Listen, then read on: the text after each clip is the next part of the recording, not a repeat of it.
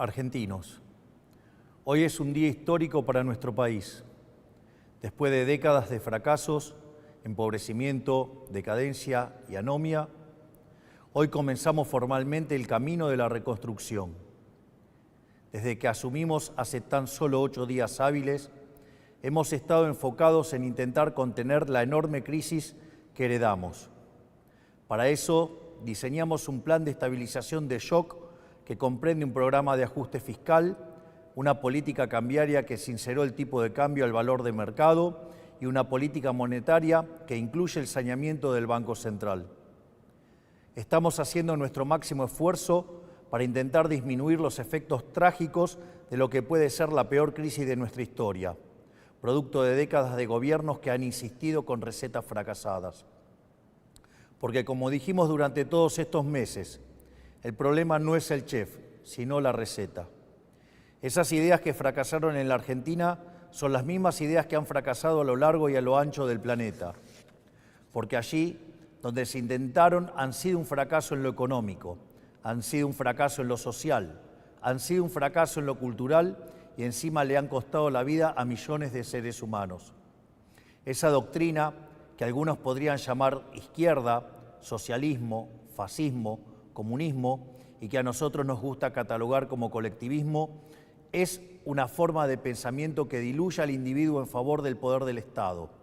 Es el fundamento básico del modelo de la casta.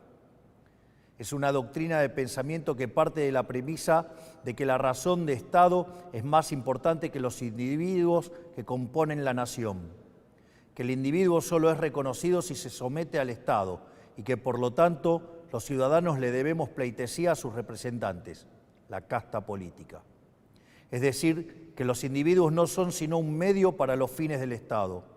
Es una forma de ver el mundo que consiste en la creencia de que un grupo de hombres, los políticos, son superiores al resto de los individuos y que por lo tanto deben ser ellos quienes rijan los destinos de sus compatriotas. Una doctrina que parte de la idea de que un grupo de burócratas sentado en una oficina pueden planificar la vida de millones de seres humanos, considerando sus deseos, capacidades, preferencias y circunstancias. Es una doctrina que considera que los políticos, en consecuencia, son omnipresentes, omniscientes y omnipotentes. Es decir, que en esencia es una doctrina que considera que los políticos son Dios. Pues bien, nosotros hemos venido a decirles que los políticos no solo no son Dios, sino que son la causa de nuestros problemas. Son la causa de nuestros problemas porque durante décadas han defendido estas ideas empobrecedoras de las que hablamos mientras ellos se hacían cada vez más ricos. Porque es la implementación inclemente de estas ideas por más de 100 años lo que nos llevó poco a poco, peldaño por peldaño, al infierno económico que vivimos hoy. El proceso ha sido paulatino y en este camino nos hemos acostumbrado y tomado como normales intromisiones estatales que son la causa de nuestros problemas.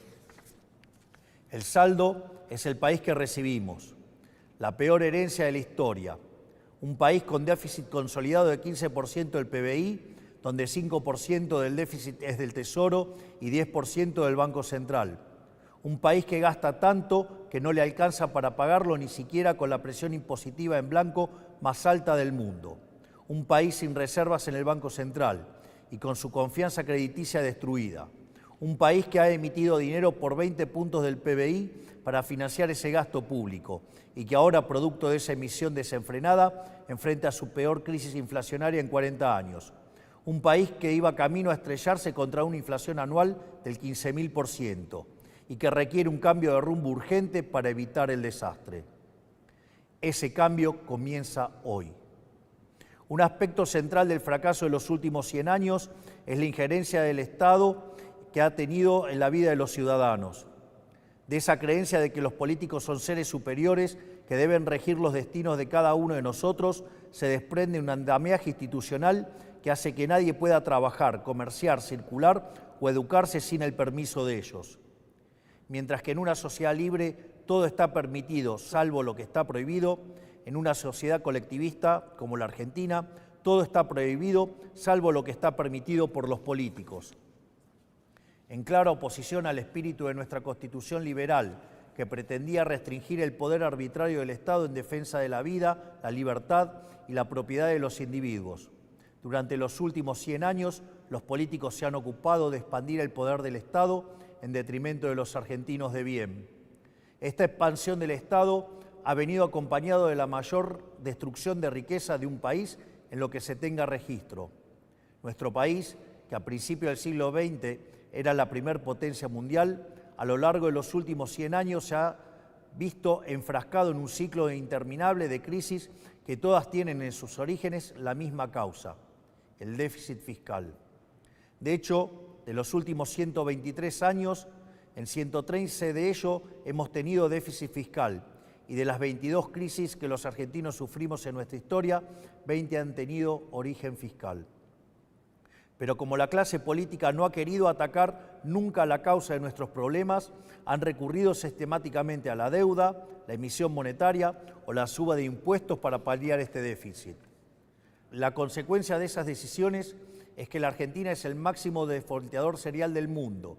Le hemos quitado 13 ceros a la moneda, hemos destruido 5 signos monetarios, hemos tenido 2 hiperinflaciones sin guerras y tenemos la presión impositiva en blanco más alta del mundo. Lo que debe entenderse es que el problema es el déficit y que las soluciones a las que los políticos recurren, lejos de arreglar el problema, lo empeoran.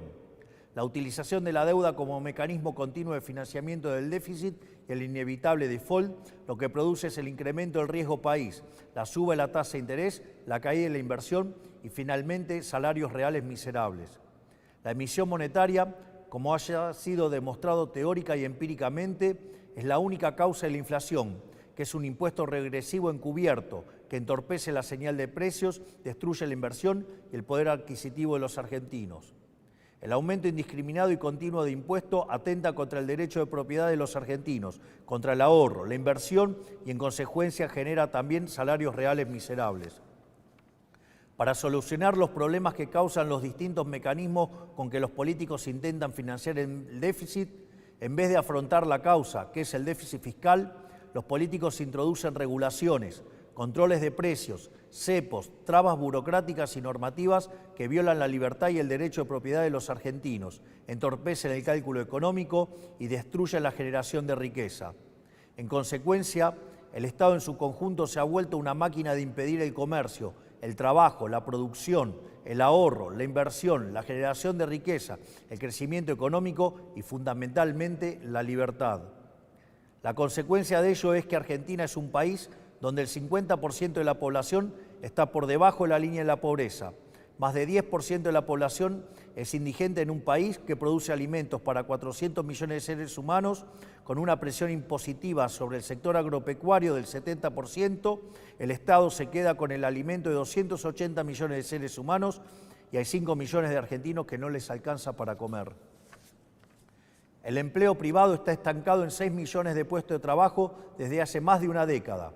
El PBI per cápita es 15% inferior al del 2011. Un tercio de los trabajadores formales son pobres. Tenemos una tasa de desempleo baja, pero que se explica con empleo precario y salarios reales miserables. Y 6 de cada 10 chicos entre 0 y 14 años son pobres. Quiero detenerme un segundo en esta cifra que acaban de escuchar. 6 de cada 10 chicos de entre 0 y 14 años son pobres. Esa es la tragedia que estamos viviendo, producto de un modelo político y económico que atenta contra la libertad. Nada es más importante que revertir esa tendencia trágica que hipoteca nuestro futuro y por eso nuestro foco en la importancia del capital humano como motor del crecimiento económico. Pues bien, hoy damos el primer paso para terminar con el modelo de la decadencia.